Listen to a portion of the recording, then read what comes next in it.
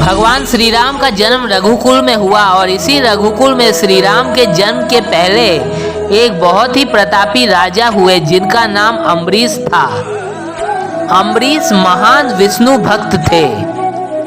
वे सदैव निष्ठा से प्रजा की सेवा करते थे। श्री हरि के प्रति राजा अम्बरीश की ऐसी भक्ति थी कि एक बार राजा अम्बरीश ने श्री हरि विष्णु की घोर तपस्या की। राजा अम्बरीश की तपस्या से प्रसन्न होकर भगवान विष्णु ने उन्हें दर्शन दिए। भगवान विष्णु ने राजा अम्बरीश से पूछा कि वत्स बोलो तुम्हें क्या चाहिए, मैं तुम्हारी तपस्या से बहुत प्रसन्न हूँ। तब राजा अम्बरीश ने कहा कि मुझे कुछ नहीं चाहिए, बस आप मुझे अपनी भक्ति प्रदान कीजिए।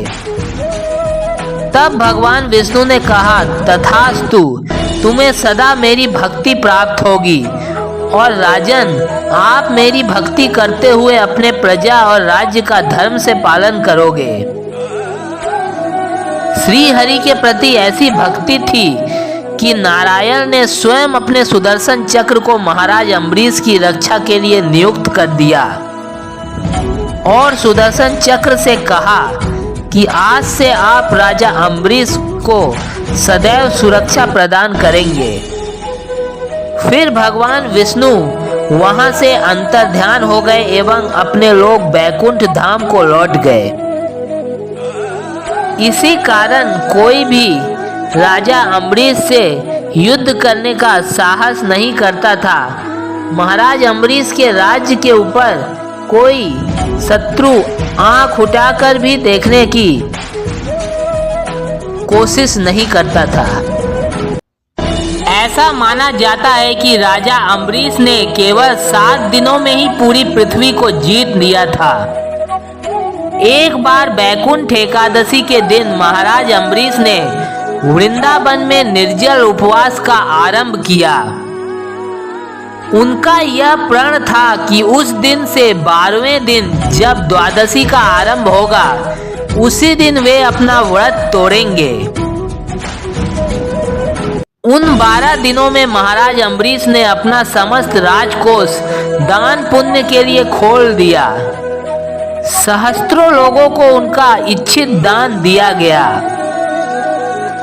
इस प्रकार दान पुण्य करते हुए द्वादशी का दिन आ पहुंचा। पूजा के बाद महाराज अम्बरीश ने महाभिषेक किया और समस्त ब्राह्मणों एवं प्रजाजनों को दान दिया।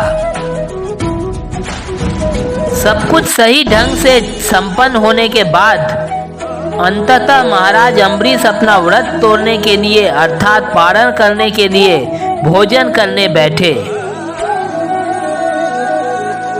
उसी समय वहां महर्षि अत्रि पुत्र दुर्वासा आ पधारे जो रुद्र का अंश भी थे। उन्हें देखकर महाराज अम्बरीश भोजन छोड़कर उठ खड़े हुए और ऋषि दुर्वासा की हाथ जोड़कर अभ्यर्थना की अर्थात ऋषि दुर्वासा का स्वागत किया। उन्होंने महर्षि दुर्वासा से कहा कि हे ऋषिवर, मेरी यह प्रतिज्ञा थी कि आज द्वादशी के दिन मैं अपना व्रत समाप्त करूंगा, किंतु इसके पहले समस्त ब्राह्मणों को भोजन कराने का भी प्रण था। बाकी सब तो भोजन कर चुके हैं, अब आप भी कृपया भोजन कर मुझे कृतार्थ करें। तब महर्षि दुर्वासा ने उनसे कहा, नरेश, आपने बड़ा उत्तम व्रत किया है। इस पावन स्थान पर भोजन करने से मुझे भी पुण्य प्राप्त होगा, किंतु आप तनिक देर रुकिए, मैं स्नान करके आता हूँ, इसके बाद ही भोजन करूंगा।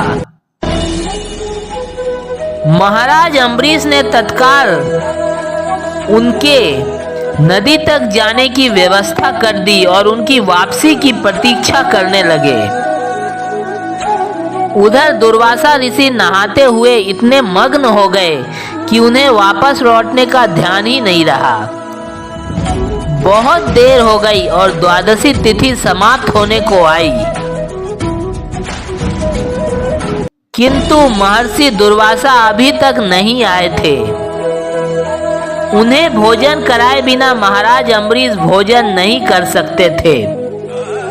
इसी उधेड़ बुन में द्वादशी तिथि बिल्कुल निकट आ गई थी।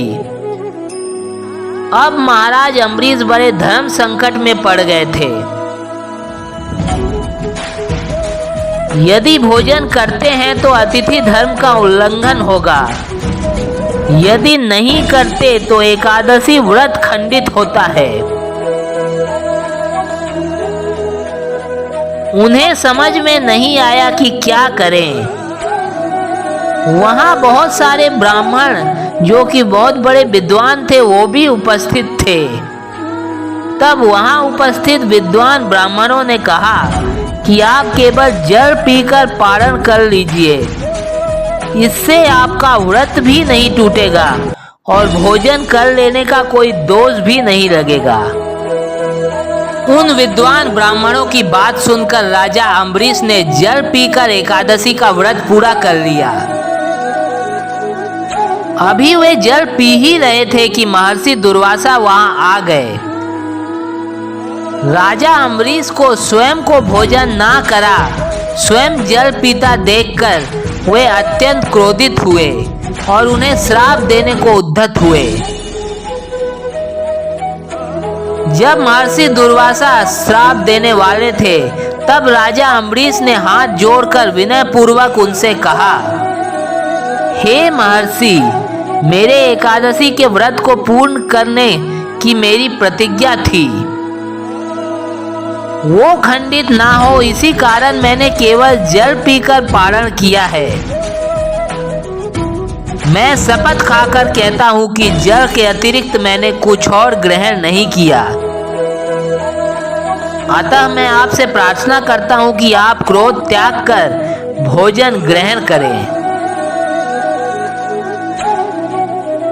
पर महर्षि दुर्वासा क्रोध में हित अहित भूल गए थे। उन्होंने क्रोध पूर्वक कहा, हे राजन, क्या तुम्हें यह नहीं पता कि मुझे भोजन कराए बिना तुम्हें जल ग्रहण करने का भी अधिकार नहीं था? तुमने जो पाप किया है उसका दंड तो तुम्हें भुगतना ही होगा। ये कहकर महर्षि दुर्वासा ने अपनी एक जटा तोड़कर भूमि पर पटकी। वहां से एक भयानक कृत्या का जन्म हुआ। उसका रूप ऐसा भयानक था कि वहां उपस्थित लोगों ने डर से अपने नेत्र बंद कर लिए। तब दुर्वासा ने कहा, हे कृत्या, धर्म के पथ पर चलने वाले इस राजा को तत्काल खा जा। महर्षि दुर्वासा की आज्ञा पाकर वो कृत्या महाराज अम्बरीश को खाने को दौड़ी।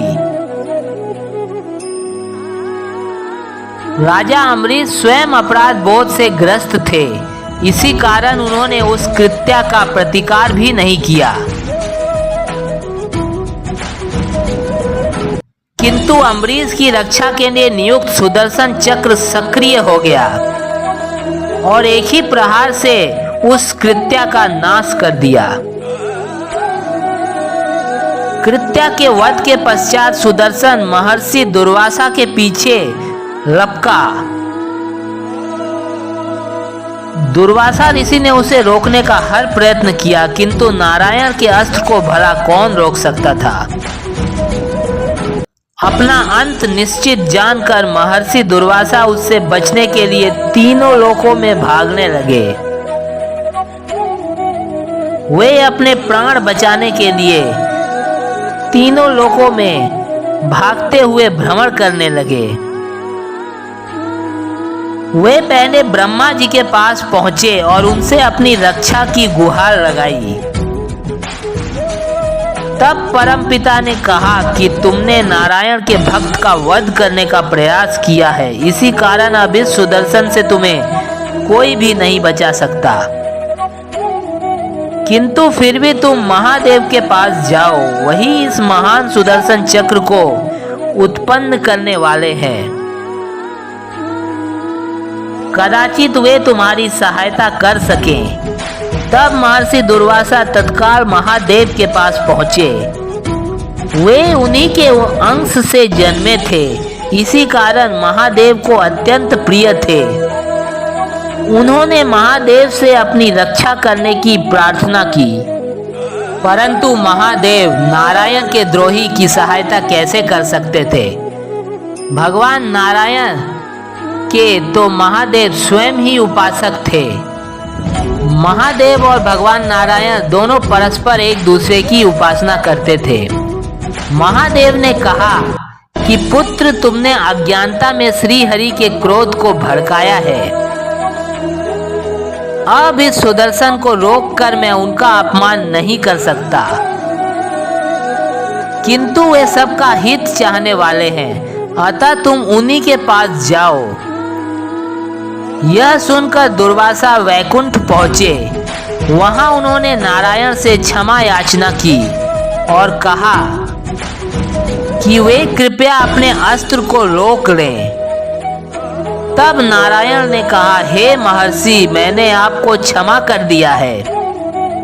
ये अस्त्र मेरा है और मैं ही इसे रोक सकता हूँ, किंतु अभी ऐसा करने में मैं असमर्थ हूँ, क्योंकि इसे मैंने अम्बरीश की सेवा में प्रदान किया था। अतः आप अम्बरीश के पास ही जाइए, वे अवश्य इस सुदर्शन चक्र से आपकी रक्षा करेंगे। तब महर्षि दुर्वासा नारायण को प्रणाम करके बैकुंठ से लौट आए और पुनः महाराज अम्बरीश के पास गए। वहां आकर उन्हें पता चला कि वे अभी तक भूखे रहकर उन्हीं की प्रतीक्षा कर रहे हैं। महाराज अम्बरीश का ऐसा स्वभाव देखकर दुर्वासा को बड़ा पछतावा हुआ।